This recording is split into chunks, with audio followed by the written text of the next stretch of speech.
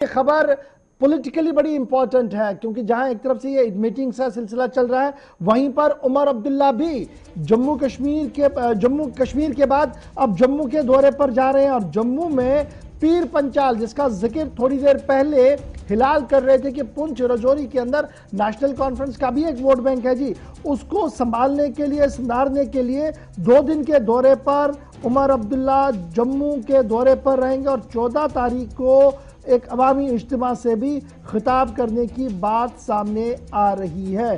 पुंछ के अंदर और सुरनकोट के अंदर वो जा रहे हैं, 2 दिन के दौरे पर हैं। और इस सिलसिले में आज जम्मू के अंदर उनकी जमात से वाबस्ता लीडरों ने बाज़ाब्ता तौर पर मीटिंग भी की है। उसके बाद बाज़ाब्ता तौर पर इस बात का ऐलान किया गया कि 2 दिन के दौरे पर उमर अब्दुल्ला पीर पंचाल में रहेंगे, जिस दौरान पार्टी काडर से भी वो खिताब करेंगे और बुनियादी ढांचे को किस तरीके से मजबूत करना है, क्या कुछ करना है, इस हवाले से भी गुफ्तगू की जाएगी। तो बड़ी अहम दिलचस्प डेवलपमेंट इस वक्त सामने आ रही है कि 2 दिन के दौरे पर उमर अब्दुल्ला इस वक्त जा रहे हैं जी पुंछ। 14 तारीख और 15 तारीख को वो वहां पर रहेंगे और कोशिश करेंगे कि वहां से वोटरों तक पहुंचा जाए और वहां से पार्टी को और मजबूत बनाया जाए। हमारे साथ नेशनल कॉन्फ्रेंस के सीनियर लीडर एजाज जान साहब भी ज्वाइन कर चुके हैं, जिन्होंने इस पूरे प्रोग्राम को ऑर्गेनाइज किया है। और उमर साहब उनकी दावत पर वहां पर जा रहे हैं। बहुत बहुत शुक्रिया एजाज साहब हमारे साथ ज्वाइन करने के लिए। उमर अब्दुल्ला का दौरा उस वक्त जब डिलिमिटेशन कमीशन की रिपोर्ट मंजर आम पर आ चुकी है और आपका पूरा बेल्ट पुंछ राजौरी जिस सियासी गहमा गहमी का शिकार इस वक्त है, जिस तरीके से सीटों को रिजर्व किया गया है, उसके बाद ये दौरा कैसे आप इसको देख रहे हैं और क्या कुछ एक्सपेक्टेशन उमर के दौरे से आपकी है? देखिए, 5 अगस्त 2019 के बाद जब रियासत में दफा 370 तोड़ा गया और 35 से तोड़ा गया, रियासत को डिग्रेड किया गया, तो उसके बाद क्या हालात रहे आप अच्छी तरह से जानते हैं। अब काफी देर के बाद उमर अब्दुल्ला साहब जो है उनका दौरा यहाँ पे जो होने जा रहा है, खास करके डिलिमिटेशन कमीशन की जो आप देखिए रिपोर्ट जो आई है, जिस तरीके से कॉन्स्टिट्यूंसीज को तोड़ा गया है, बहुत से ऐसे इलाके जहां लोगों को एक जगह से दूसरी जगह डाला गया है, लोगों के अंदर बड़ी नाराजगी है। और खास करके जो हमारा पार्लियामेंट सीट जो है पुंछ राजौरी को जोड़ा गया है अनंतनाग के साथ, जहां आप जानते हैं कि यहाँ ऑल वेदर रोड नहीं है, मुगल रोड 7 से 8 महीने बंद रहती है। तो उन 7 से 8 महीने अगर मेंबर पार्लियामेंट यहाँ का हो या वहां का हो, उसका एक्सेस नहीं होगा अपने इलाके से, जिसकी वजह से यहाँ के लोग जो हैं वो काफी परेशान हैं और वो सोच रहे हैं कि उनकी नुमाइंदगी किस तरीके से होगी। ये सारे बातें हैं जो ग्राउंड पे देखी जाती है। और उमर अब्दुल्ला साहब का जो दौरा है वो खिताई पीर पंजाल में दौरा है, जो हवेली पुंछ पे शुरू होगा और उसके बाद खत्म जो है राजौरी में नौशहरा कोलाकोट में जाके कोई 5-6 दिन का दौरा है। पुंछ के लोग और खास करके पीर पंजाल के लोगों को बड़ा एक उम्मीद है उमर अब्दुल्ला साहब पे। और ये हमेशा जो इस इलाके की उमर अब्दुल्ला साहब बात करते हैं, इस खिते की बात करते हैं और यहाँ के लोगों को हमेशा मुश्किल वक्त में जो है वो साथ दिया है। तो पुंछ के लोग इस दौरे को बड़ी उम्मीद से और बड़े प्यार से उनका वेट कर रहे हैं। एजाज साहब, बड़ा इंपॉर्टेंट आप कह रहे हैं कि दौरे का वेट हो रहा है, हम भी वेट करेंगे कि उमर साहब वहां पहुंचकर पॉलिटिकल बात कोई बताएं। लेकिन सवाल ये है कि ये दौरा उस वक्त हो रहा है जब रिपोर्ट आपके सामने है, आपके इस पूरे एंटायर बेल्ट के अंदर सीटों को नॉमिनेट किया गया, आइडेंटिफाई किया गया SC STs के हवाले से। उस बीच दौरा तो अपनी जगह बड़ा इंपॉर्टेंट है ही, लेकिन ये किस तरीके से आप देखते हैं, क्या बीजेपी ये जो कमीशन ने रिपोर्ट दी है इसका कोई फायदा आपको लगता है कि ग्राउंड जीरो पर आवाम को मिलेगा, जिस तरीके से रिजर्वेशन ऑफ सीट्स की गई है, या आपको ये लगता है कि एक वेल प्लान थॉट था जिसे एग्जीक्यूट किया गया और एक मखसूस पार्टी को फायदा होगा इससे?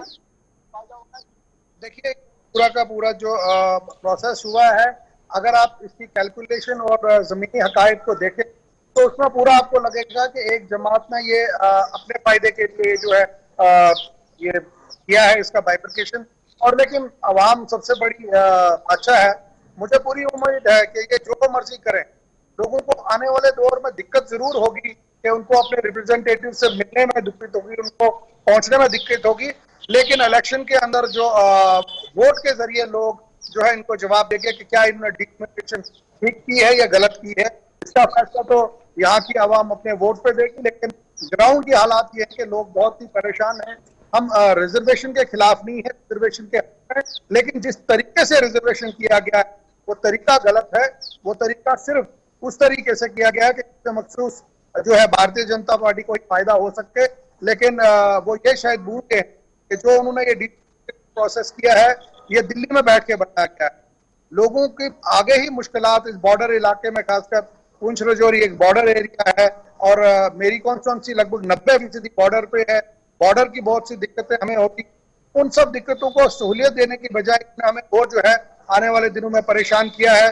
पहले हमारे जो मेंबर पार्लियामेंट है वो कहीं 2 साल में या साल में एक बार एक दिन के लिए यहाँ पे दिखते हैं, और अब जिस तरीके से ये अनंतनाग को और यहाँ जोड़ा गया है, अब अगर यहाँ का पार्लियामेंट मेंबर होगा तो वो कश्मीर नहीं जा पाएगा, और अगर कश्मीर का होगा तो वो 8 महीने यहाँ नहीं आ पाएगा। मैं ये समझता हूँ लोगों के साथ ये बहुत बड़ी ज्यादती है। अच्छा जी, आप लगातार पार्लियामेंट्री सीट का भी जिक्र करते हैं, क्योंकि बड़ा इंपॉर्टेंट यह है क्योंकि साउथ के साथ इस पूरे इंटायर को जिले को जोड़ दिया गया है।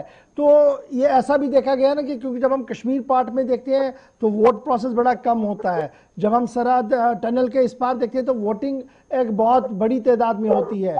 तो वो आने वाले दिनों में पॉलिटिकली एक बड़ा डिसीजन है ये जो लिया गया है, और इससे जो कई बार जम्मू खिते से आवाजें आ रही थी कि जनाब पॉलिटिकल इम्बैलेंस है, उसको बैलेंस करने की कोशिश की गई है लोकसभा के वॉइस से अगर देखा जाए। तो तब होता कि अगर पुंछ राजौरी को अलग से सीट जाती तो हम ये समझते कि यहाँ पे बैलेंस हुआ है, लेकिन साथ उस एरिया के साथ इन्होंने बात की थी कि हम एक डिस्ट्रिक्ट को दूसरे डिस्ट्रिक्ट में नहीं डालेंगे। यहाँ तो जम्मू प्रोविंस को कश्मीर प्रोविंस के साथ मर्ज कर दिया गया है, जिससे आप समझ सकते हैं कि वहां पे अगर फॉर एग्जाम्पल यहाँ का एमपी जीता है, क्या वो 8 महीने वहां जा पाएगा? और अगर उसको वहां जाना है तो लगभग उसको 600 किलोमीटर पहले गाड़ी में चल के जाना है, उसके बाद वहां जाके जो उनकी परेशानी है उसको देखना है। और अगर वहां पे कोई बनता है तो उसको 600 किलोमीटर यहाँ आके चलना है, यहाँ बात की जाती है, और दोनों इलाकों के मुश्किलात परेशानियां बिल्कुल अलग। मैं ये समझता हूँ लोगों को दिक्कतें जरूर होंगी, लेकिन अब क्या कहा जा सकता है, अब इसमें आने वाले वक्त में हम और खास करके ये बताए कि क्या ये डिलिमिटेशन ठीक है या गलत है। अच्छा जी, ये चीज़ भी बताइएगा एजाज साहब, चूंकि आप पॉलिटिकली काफ़ी ज़्यादा एक्टिव है, लोगों के साथ उठते बैठ रहे हैं और काफ़ी ज़्यादा एक्सेस आपका लोगों का इस बॉर्डर बेल्ट के अंदर, एक ये जो गुज्जर बकरवाल SC STs का इस बार हमने बहुत ज़्यादा हंगामा देखा आपके ही इस पूरे बेल्ट के अंदर, किस तरीके से आप इसको देख रहे हैं? अब जो ये नई बात आ रही है कि जनाब गुज्जरों को भी और पहाड़ियों को भी जनाब पॉलिटिकल रिजर्वेशन के दायरे में कहीं ना कहीं रखा जा रहा है। देखिए, मैं आपको बताऊं, हमारे खिताई पीर पंजाल में एक बहुत प्यार है, लोगों में आपस में इकट्ठे हैं। यहाँ पे बहुत से लोगों की ये डिमांड थी कि यहाँ पे पहाड़ी स्टेटस जो है पहाड़ियों को मिलना चाहिए, और हम भी इस हक में थे कि उनको पहाड़ियों को उनका स्टेटस मिलना चाहिए। और हमने हमेशा हर फोरम पे ये बात की कि उनको जो स्टेटस आप देने जा रहे हो उसमें गुजर भाइयों का हक जो है उसको ना छेड़ा जाए, इनको अलग से रिजर्वेशन दी जाए। पीछे हाल ही दिनों में बीजेपी ने अपनी पब्लिक रैलीज के लिए पहाड़ी लोगों को इस्तेमाल किया, जगह जगह टूर किए कि जी आप यहाँ पे मीटिंग में आइए, हम आपको पहाड़ी देंगे। लेकिन जब वो यहाँ से वापस गए तो वापस जाके वापस दोबारा से वो ठंडे बस्ते में डाल दिया गया। मैं ये समझता हूँ ये पुंछ राजौरी के लोगों के साथ बड़ा मजाक किया है, और मैं चाहूंगा कि आने वाले दिनों में जो हमारे पहाड़ी भाई हैं उनको उनका हक मिलना चाहिए, और साथ साथ जो हमारी गुजर बरादरी के लोग हैं उनका हक भी जो है वो महफूज रखा जाए। ये हक कैसा होगा, इसके बारे में कुछ वजाहत करेंगे आप जान साहब? देखिए, हक मैं यही कहूंगा कि इसमें जिस तरीके से रिजर्वेशन SC पॉपुलेशन को है, उसी तरीके से यहाँ पे जो हमारे पुंछ राजौरी के लोग हैं इनको भी पहाड़ी लोगों को जो है रिजर्वेशन मिलनी चाहिए, क्योंकि यहाँ रहना इकट्ठा है, दोनों का चलना इकट्ठा है, पे हमारे घर इकट्ठे हैं, हमारी डोके इकट्ठी हैं, हमारी परेशानी इकट्ठी है। तो उसमें वो उनको लगता है कि भाई अगर उनको इसमें रिजर्वेशन दी गई है तो हमें भी इसमें रिजर्वेशन मिलनी चाहिए। पॉलिटिकल रिजर्वेशन के हक में आप हैं? देखिए, पॉलिटिकल रिजर्वेशन से पहले मैं चाहूंगा कि हमारे बच्चों के लिए जो है वो रिजर्वेशन होनी चाहिए, और उसके साथ में पॉलिटिकल रिजर्वेशन भी होनी चाहिए।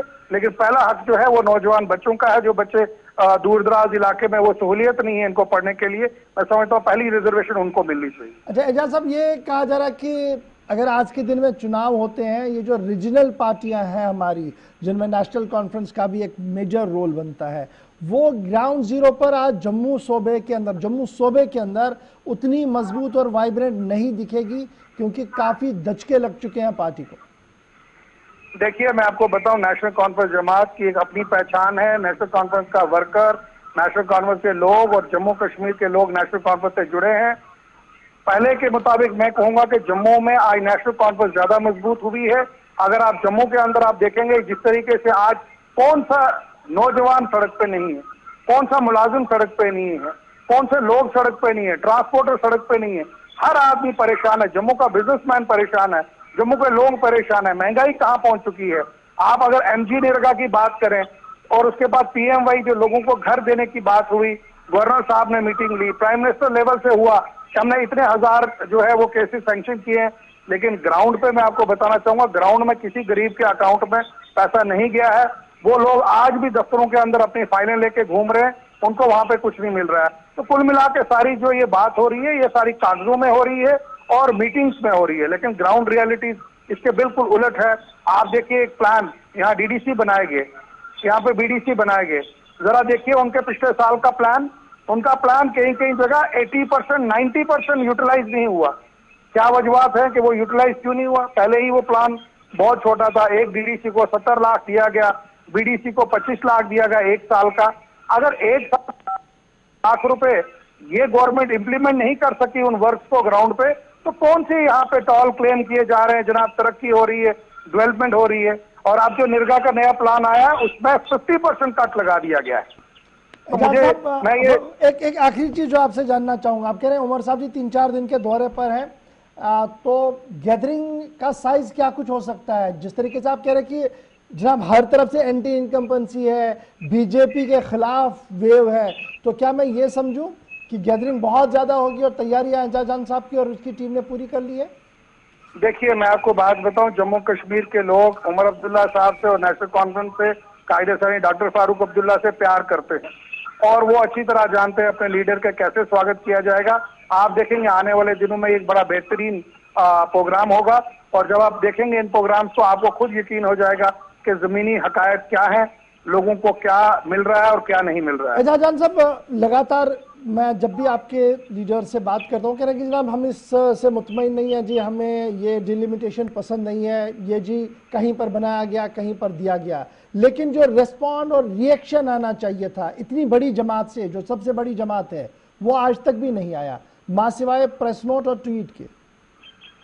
देखिए, हर जमात ने अपनी जगह जो है अपना प्रोटेस्ट दर्ज किया है। मैं ये कहना चाहूंगा कि सोशल मीडिया पे जगह जगह आया। अब जो नेशनल मीडिया वाले हैं उन्होंने क्यों नहीं चलाया? नहीं, ये सवाल आप वही तो सवाल है ना आपसे कि सिर्फ ट्वीट तक ही महदूद रहा और 2 लाइनें प्रेस नोट श्रीनगर ऑफिस से जारी हुई जिसमें कहा गया कि वी रिजेक्टेड। क्या इससे मामला बनता है आपका, या ये सिर्फ जान छुटाने के लिए था, भाई हम तो नहीं है लेकिन चुनाव है, लड़ना इसी में हमने है? नहीं, मैं इससे मुतफिक नहीं हूँ। अगर आप ऑन ग्राउंड आएंगे पीर पंजाल में हर जगह, क्योंकि हम लोग जो है हम पीसफुली हर चीज को करना चाहते हैं, लाइन ऑर्डर को हाथ में लेने वाले नहीं है। पुंछ के अंदर लोगों ने जो है अपनी रिप्रेजेंटेशन वहां पे दी, डीसी ऑफिस में अपना प्रोटेस्ट दर्ज किया, अपने तहसीलों में अपना प्रोटेस्ट दर्ज किया, और वो प्रोटेस्ट बाज़ाब्ता जो है जो बड़े लीडर्स कहीं दिखे नहीं जी, पार्टी की बड़े लोगों लीडरशिप कहीं दिखी नहीं। नहीं, बड़े लोगों ने भी अपनी जगह हमें पूरे इख्तियार दिए हुए थे कि आप अपने अपने लेवल पे अपनी अपनी तहसील में ये बात करिए। और इसके बाद हमारे जो बड़े लीडर हैं उन्होंने जाके जो कमीशन था वहां पे वो रखी, उसके बाद वहां बात की, और आप खुद जानते हैं कि किस तरीके के हालात। रिपोर्ट जब मंजर आम पर आई उसके बाद मैंने कोई रिएक्शन बड़ा नहीं देखा कि फारूक साहब आके कहीं पर धरने पर बैठते, उमर साहब जिस तरीके से आजकल बैठते थे धरने पर, आके कहीं बाहर घर के बाहर ही बैठते, जनाब हमें ये मंजूर नहीं है, 10 लोगों को लेते। शायद बनक कुछ और भी लगी पार्टी को, इसलिए थोड़ा सा खामोश भी। देखिए, आप कह रही है वहां बाहर नहीं आए, यहाँ आपको हालात पता है ग्राउंड पे क्या है, किस तरीके से ये इम्प्लीमेंट कर रहे हैं हर चीज को। जब रियासत तोड़ी गई और 1 साल के लिए कईयों को बंद किया गया, हमें 9 महीने के लिए बंद किया गया, और उसके बाद यहाँ पे जो है कहा गया कि हालात बिल्कुल ठीक है। अगर ऑन ग्राउंड आप भी अच्छी तरह जानते हैं, लेकिन बोलना आप ही नहीं चाहते हैं कि किस तरीके के हकायत है, लोगों को किस तरीके से प्रेस किया जा रहा है। लेकिन जहां तक आपने कहा लोगों ने अपनी बात नहीं की, लोगों ने बिल्कुल, लीडरशिप की भी यही हिदायत थी, हर मौके पे हर जगह पे तहसील में अपनी रिप्रेजेंटेशन और एक पीसफुल तरीके से अपनी बात रखी। बीजेपी सरकार ने ये बात नहीं मानी। इसका नतीजा मैंने आपको पहले भी कहा, फिर कहता हूं कि आने वाले इलेक्शन में जम्मू कश्मीर के आवाम उनको, अगर उनको लगता है उन्होंने ठीक किया है, तो उनको जल्द से जल्द इलेक्शन कर लेने चाहिए, इस फायदे को कैश करना चाहिए। चलिए, तो बहुत बहुत खुद पता लगेगा शुक्रिया हमारे साथ ज्वाइन करने के लिए, बात रखने के लिए नेशनल कॉन्फ्रेंस की तरफ से कि क्या कुछ चल रहा है। छोटा सा ब्रेक।